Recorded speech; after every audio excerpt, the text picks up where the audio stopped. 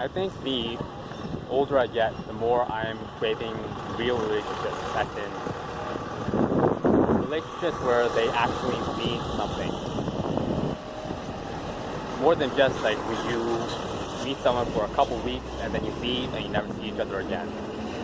I want something more than that, or even less.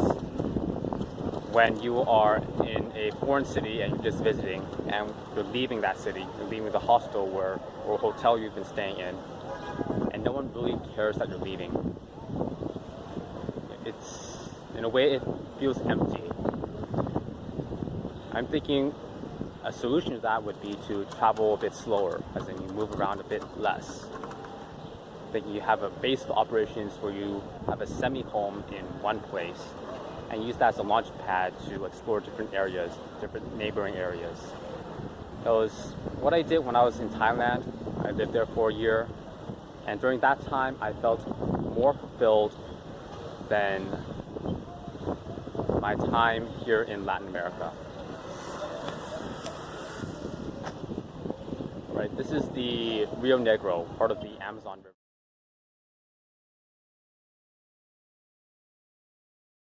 You know, there's a very common saying in the business world that goes, first impressions, they count. Which is very true. First impressions, they do count. First impressions, they matter quite a bit. The most common way in which it's used is when talking about when people are trying to interview for a job and want to make a solid first impression with the prospective employer, so that hopefully they get what they want, that is the job. This goes for any business meeting, trying to network and meet a bunch of new people that perhaps you can help each other out, have a business deal later on.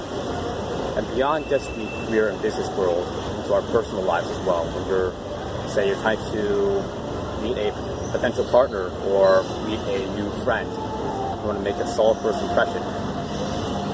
And the reason being is that we people, we take the path of least resistance, let's call it. That is, we like to be lazy about the way we think. We like to make sense of the world around us. You know, this is where all the hard sciences come from, and some of the soft sciences as well, such as physics, trying to understand the way the world works, or sociology, a soft science, where understanding how people interact with one another. We're trying to understand everything and group and categorize everything into neat little packages so that it is easier for us to comprehend. Of course, with all these neat and tidy packages comes with a lot of generalizations, as it saves on brain power, which generalizing and categorizing people into neat little groups is where stereotyping and generalization comes from. So it's a bit of a, you can argue it's a double-edged sword. This human tendency to make sense of the world leads to us creating everything we have around us today is through all of our understanding of how the world works. Also, it leads to sometimes mistreatment of one another because of these categorizations that are sometimes unjust. So going back to this subject, we'd like to make sense of the world around us. And we also like to, there's also a common saying that goes, do unto others as you would unto you. So naturally, everyone we want to be treated, well, most of us, we want to be treated well. We want to be treated well by the people around us. So using the saying of do to others as you would unto you, we treat other people kindly so that it's expected that the other person will treat us kindly back as well.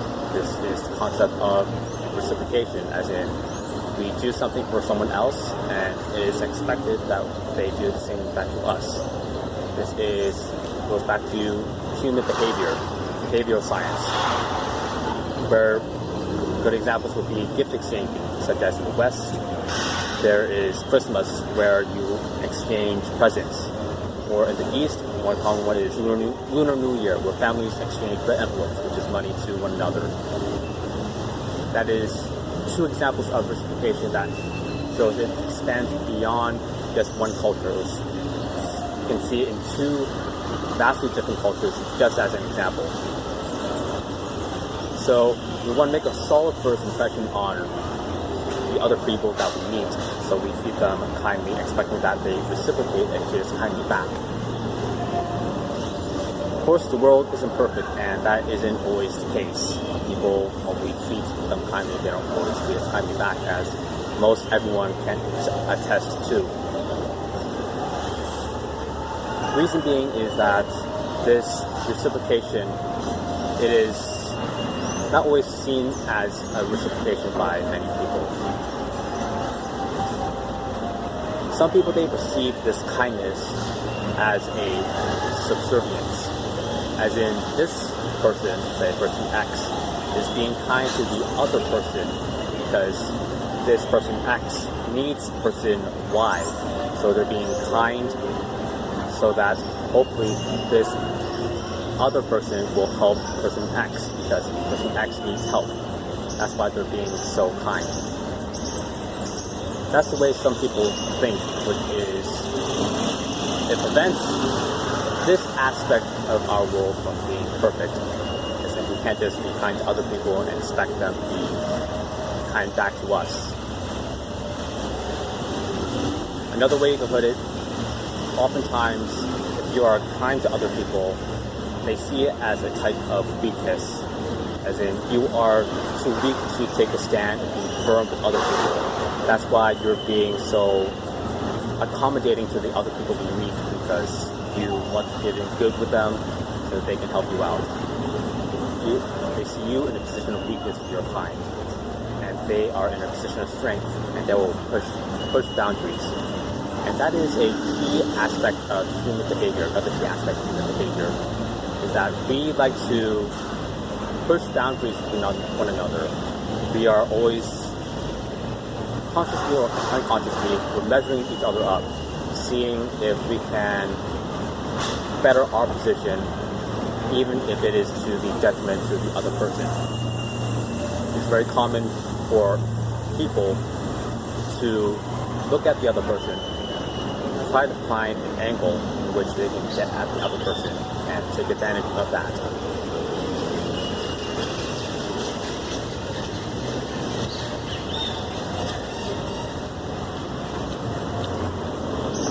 Today I did a video about cutting angles, but back to this topic. We push boundaries, and a natural solution, a natural response to this is to, well, you set your boundaries a bit further out. As in, if other people are pushing up against you, well, you need to set those boundaries a bit further than you would be willing, or rather you want to have. Set them out more than you want to, expecting that eventually you can roll them back a little bit.